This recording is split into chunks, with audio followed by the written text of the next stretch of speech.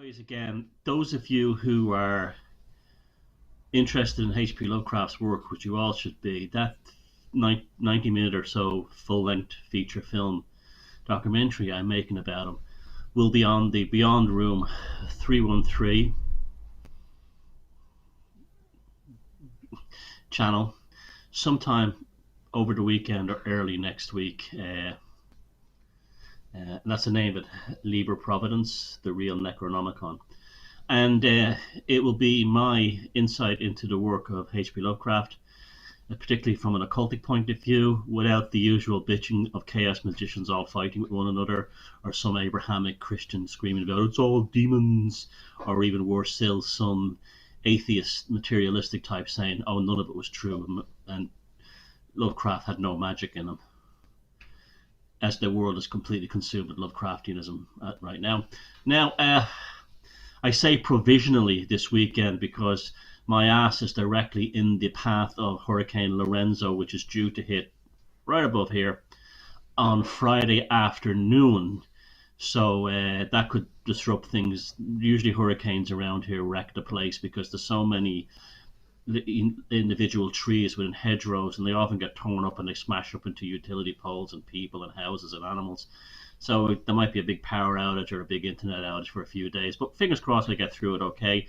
Either way, I use hurricanes for magical purposes. That's an enormous amount of energy to harvest, and it's very good for summoning entities such as Pazuzu.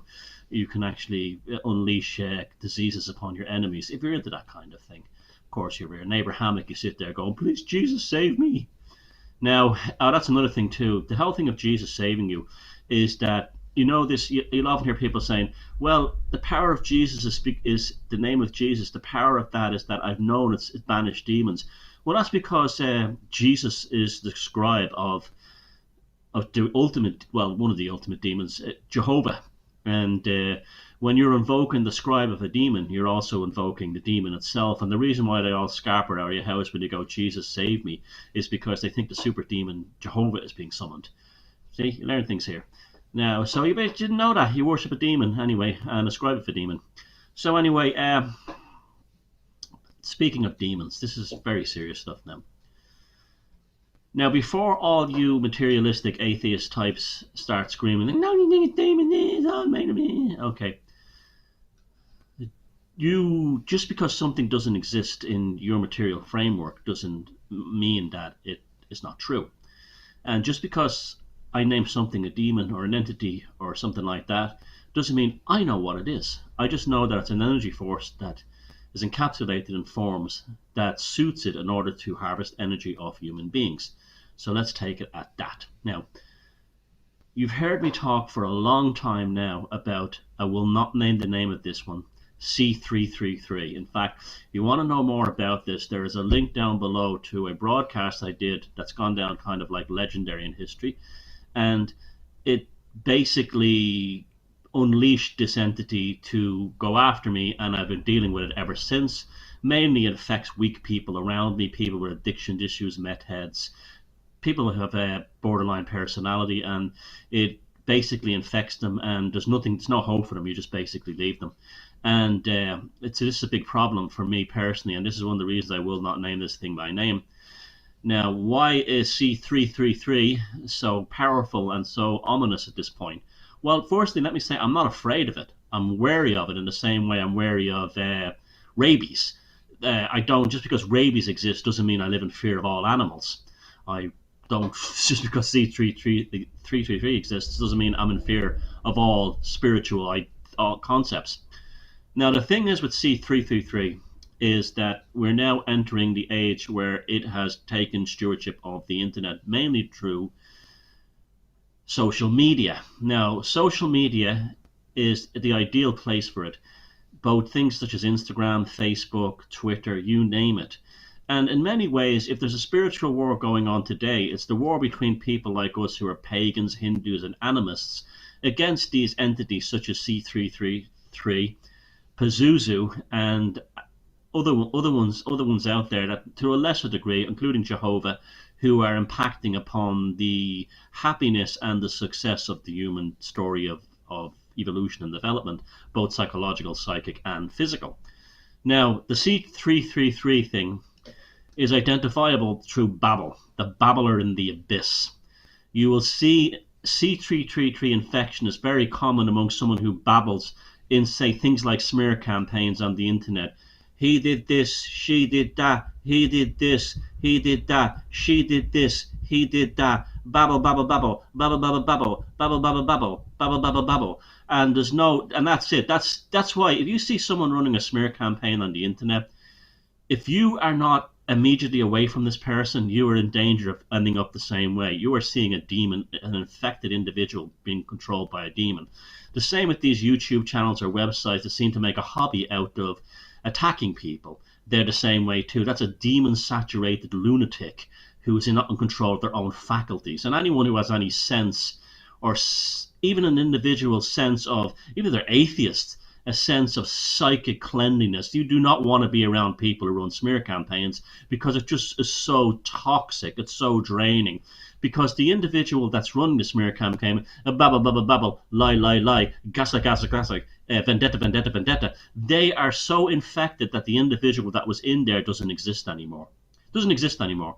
And it's been replaced by a babble, babble, babble, a babble, babble, babble, babble, babble, babble. And this is a lie, lie, lie, gaslight, gaslight, extrapolation, extrapolation, and it's just the words just go on and on and on and on, and eventually says, so anyone with sanity realizes, well, this person's talking shite. This person is like a robot on automatic, and that's exactly what they are. They're on program C333, and it's often whipped up with hysteria in people with people have think personality issues such as borderline personality, or people who have been infected by drugs such as crystal meth and heavy weed smoking, especially things like skunk, and recovered alcoholics. The psychic firewall is so utterly destroyed. They're easily got into a bubble, bubble, bubble, a bubble, bubble, bubble, and it just goes on and on and on and on and on, never stops. And because they're feeding the entity inside them. Now, C333 didn't do very well in the years before the internet. In fact, its energy form was in decline. The chaos magicians of the 1970s and 80s really didn't have much effect with it, and we're very aware of it coming into any kind of because chaos is kind of like a shot in the dark. It's also a danger, and I'll talk about that in a minute in a bit more detail. But the thing is, when the main subject of this video. Now, so that's it. You've got to be, the C333 is probably the most powerful entity on this planet right now, mainly because of Facebook. And that's why you have Facebook mass hysterias and smear campaigns, because these people are all infected and all feeling the demon. And they play on the human desire for titillation and jealousy, particularly. And anyone who's a bit of jealousy, and these kind of losers on the internet, that their profile picture of them is like holding a cigarette, like those types are a joint. Those types of losers, and they're very easily taken in. Now, we live in an age where the electromagnetic spectrum is widening significantly, as is genetics, and I'll talk about the genetic aspect later on. The electromagnetic spectrum has now moved beyond the concept of electrons moving through a conductive material such as a wire and electronic component and so on, and by means of quantum computing is now doing calculations off planet. And by off planet I mean in another dimension. Now this, no matter what you read in Wired magazines or Forbes or any mainstream journals, just like AI, quantum computing is not very good at the moment. It's really not, but that's what makes it dangerous. In fact, quantum computing is so bad that even to do things like, it's not even as good as what 1930s old-fashioned computer using vacuum tubes and relays such as the IBM punch card system. That was even vastly superior in 1936 to what quantum computing is now. If you look into this stuff, they even have difficulty putting the English alphabet out there and getting the letters back in the correct order. It's a leap in the dark. And what these computer scientists are discovering is quantum magic, chaos magic. That's what they're discovering. They're discovering magic. This is when I'm talking about magic as science. This is what it is. Now, the way to describe this kind of computing and also a good analogy for things like chaos magic is, imagine you have to cross a densely forested area in order to get to the safety of a log cabin. I suppose it's the 1700s, the early 1700s, and you're crossing upstate New York. You've got to get to Fort McHenry from, say, New York City, New Amsterdam. You have got to transverse an area filled with snakes, all kinds of diseases, all kinds of bacterial issues, hostile natives, hostile other forces, in order to get to Fort McHenry up by Lake George or whatever it's called. And then you get there, but on the way, it's extremely dangerous. Well, the same thing applies to this quantum computing. When you throw the calculations off into off-world realms or the dimensions, it's the calculation going there and coming back is going through hostile territory. By hostile territory, I mean the entities and the energy forces that we call demons or gods and angels, whatever, impacting upon that information on its way there and on its way back. So it's a leap of fate. That's ironically, if you want to describe quantum computing and the most recent ends of biotech, it's a leap of fate. Let's hope, guys, something doesn't go wrong. And because these people are all atheists, they're materialist, reductionists, they don't believe that there are other energy systems or other forms of consciousness on the way you might want to hijack. The biotech people actually have a better understanding of this than the computing people. So they think it doesn't exist. It doesn't exist until, you know, there's someone in a software development office in what you call it, Silicon Valley, taking out a machine gun and killing all his employees because a voice in his head told him that they had to be murdered. This is what will happen. Believe me, this is coming. This is where the dangers lie. Now you will see. How do you know the C333 is the ultimate predator in this environment, because it has already attained psycho-spiritual and psychological and psychic stewardship over the unknown domain, because it has already developed into a superpower, a super demon within the internet and social media. All you have to do is look at the amount of babble and nonsense, the Greta Thunberg thing being a classic example of it. The amount of the need for emotional fixes, the need for psychological validation. This is all and then the babbling. If someone says, I don't trust this kid seems to have a problem and his parents are using it, you will be called everything from a pedophile to a planet killer to a white supremacist. This is all C333 infection. That's what this is. This is babble, babble, babble, babble, babble, babble, babble, babble, babble, babble. And what you saw with Greta Thunberg in front of the UN was babble, babble, babble, babble, babble, babble. That's all you saw. And that's the babbler in the abyss. The babbler in the abyss. And this is when you notice the infection when it comes into that. Things in life are very simple. Something either is true or something either isn't true.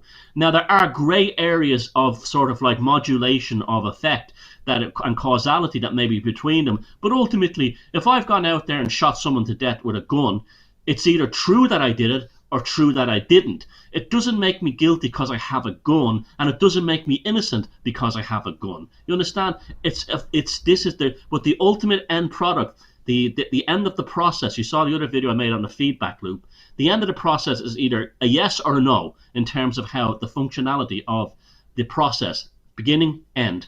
Now, what happens in a situation like this is you have an eternal middle period. And the eternal middle period is just confusion and babble. Endless babble.